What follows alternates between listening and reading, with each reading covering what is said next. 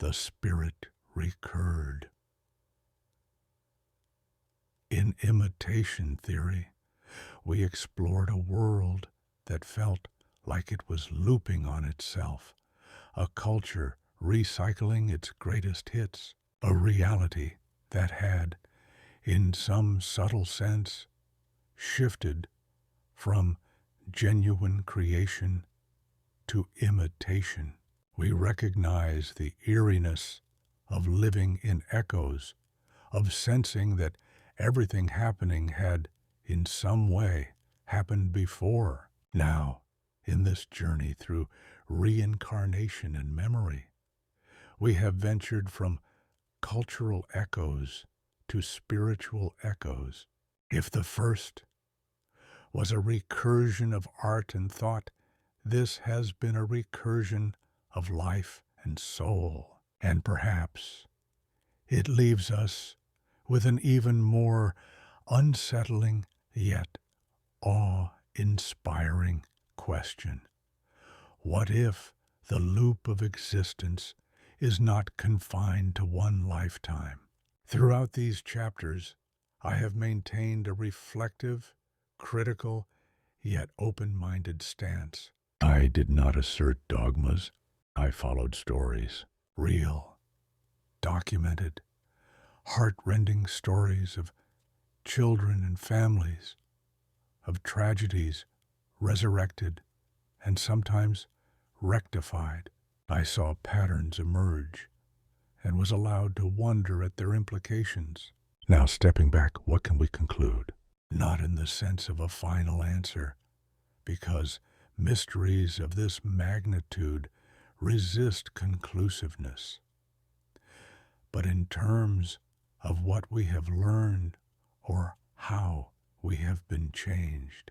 First, we have learned to broaden our empathy across time.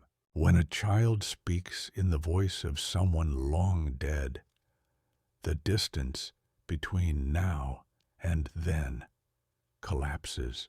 We come to see people of the past not as abstract figures in textbooks, but as individuals whose joys and sorrows were as real as our own. The Lebanese villagers digging up that skull in the field felt in their bones the reality of a murder that happened years before. The memory made it real and present. History ceased to be a closed book and became a living influence, something demanding engagement. In a world often obsessed with the newest trends and the next big thing, these cases are a reminder that unresolved human experiences can echo indefinitely until acknowledged. In effect, the past is not truly past as long as it lives within us, be it in our cultural habits or in our very souls. Second, we've glimpsed a possible continuity of consciousness that upends simple binaries of life and death. Death, in these stories, was not a full stop but a semicolon, the sentence carried on in a new clause, in a new child. And crucially, what carried through was not everything, but that which was most intense: memories of love, of betrayal, of violent ends. It suggests that maybe the everyday details, the trivial and mundane, fall away, but what a soul cannot forget is its unfinished business, its deep attachments, its moral debts, or unresolved trauma. These become the seeds that sprout in the next life's soil. Such a notion invites us to consider our own lives under the aspect of eternity. If what we carry forward, assuming we do, are the moral and emotional high points, then the way we live each day and how we resolve our conflicts take on even greater significance. It doesn't necessarily mean we all reincarnate, or that any of us will remember anything, even if we do. But the principle that unresolved actions echo is one we can observe even within a single life, and now perhaps beyond one life. It may behoove us, then, to strive for resolution, understanding, and compassion now, so that fewer echoes of pain need to bounce through time. Third, we noticed how the act of remembering was healing in many cases. It's as though memory were a conduit, not just for information, but for emotional energy that needed to be released. Once that was done, once the killer was named, the body located, the goodbye said, the energy dissipated, and the child could return to normal life. This resonates with psychology's understanding of trauma, that speaking about a trauma in a safe context can help a person heal from it. Here, the trauma spanned lifetimes, but the principles seem to hold. There is a deep impulse in the human psyche, or beyond it, toward integration and wholeness. Left incomplete, stories will strive to complete themselves, even if it takes generations. As we frame it in terms of theories, one could call this a spiritual homeostasis, the universe, or perhaps just human consciousness tending toward balance and truth, lies and secrets festering in the past, found a way to be shouted out by the mouths of babes. It's poetic justice of a sort. However, for all these interpretations and lessons, we stand humbled by what we do not know. These cases have shown us that our current scientific and philosophical frameworks are incomplete. The rationalist in us might have once scoffed at the idea of reincarnation, placing it in the bin of unscientific superstition. The same rationalist now has to grapple with children remembering verifiable facts that defy a simpler explanation. So while we draw meaning from what we've seen, we also acknowledge that we are at the edge of understanding. Perhaps future science will elucidate a mechanism, quantum consciousness, morphic fields, who knows, that explains how information and identity can persist and transfer. Or maybe it will always remain partly in the domain of the unknowable, the sacred. Either way, we move forward with a more expansive sense of wonder. We have peered into the abyss that separates life from death, and found that it might not be an abyss at all, more like a bridge or a revolving door. The existential implications are vast. If death is not a definitive end, what is it? A transformation? A forgetting followed by a remembering? It invites a less fearful relationship with mortality.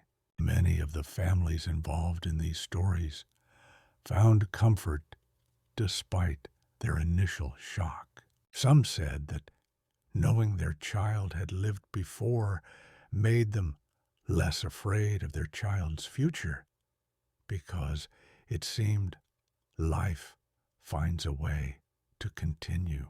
Others were comforted that their deceased loved one, the past life personality, wasn't entirely gone, that a part of them lived on and even came to visit.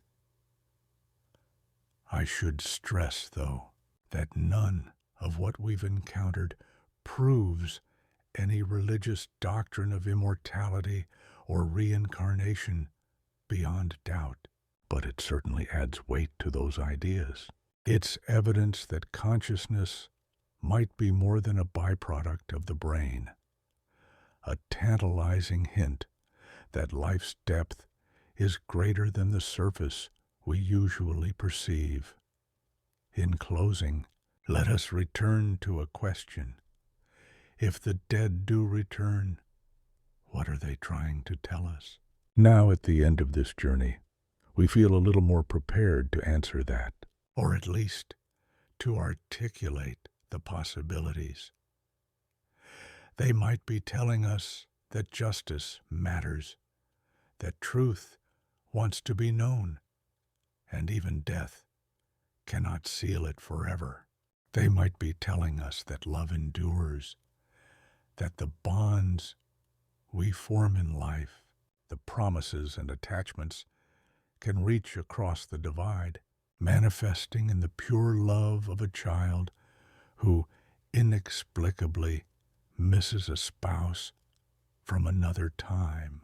They might be warning us, showing that violence and cruelty leave deep scars, not only on society, but on the very soul, scars that might need healing even in another body. And perhaps, most fundamentally, they might be telling us that we are more connected across time, across lives, than we ever realized. The individual is not an island. We are part of an ongoing human story that loops and branches in ways we are only beginning to fathom.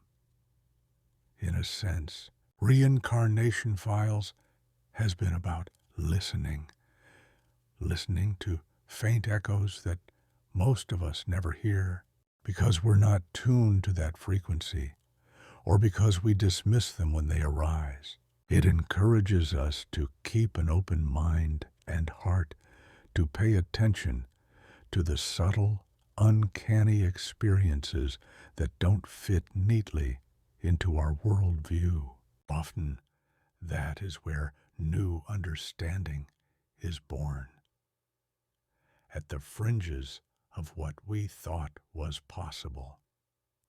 As we conclude, let us imagine for a moment that each of our lives is a thread in a vast tapestry. Usually we see only the individual threads of the present, but occasionally a thread reveals that it has been part of the weave before.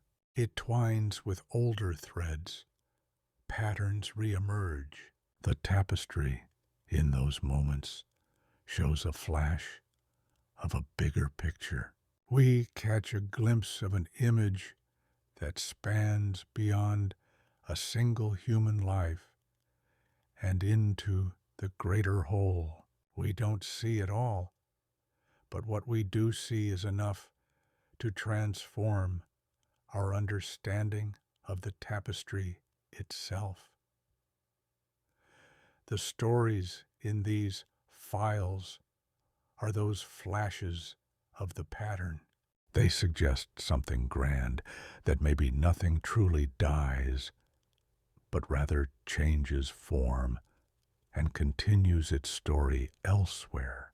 That for every imitation on the cultural level, there is a recursion on the spiritual level, a recreation, a re-embodiment, a second chance, or a second telling. We end, then, not with a heavy finality, but with a sense of ongoing mystery. The last page of this story is not the last page of the phenomenon it describes. Children will continue to be born, and perhaps some will continue to speak of lives long past. Each will add to our understanding, raise new questions, and inspire new reflections. Our role is to listen and learn. In the quiet aftermath of these revelations, one finds a deepened reverence for life. Life, which once seemed a straight line from birth to death, now appears more like a circle, or perhaps a spiral, looping through time while still moving forward. And in that spiral dance, memory is the music, occasionally audible beyond one turn of the loop into the next. The final movement of this music is not yet written, but one day, perhaps, it will resolve into a melody that we all recognize, a song of existence that we dimly recall and suddenly know by heart, a song that tells us who we really are. This has been an excerpt from Reincarnation Files by Sam Elliott. Check out Elliott's new book, Paranormal Imprints, for an in-depth look in to how some ghosts leave a mark on reality. Paranormal Imprints by Sam Elliott is available now.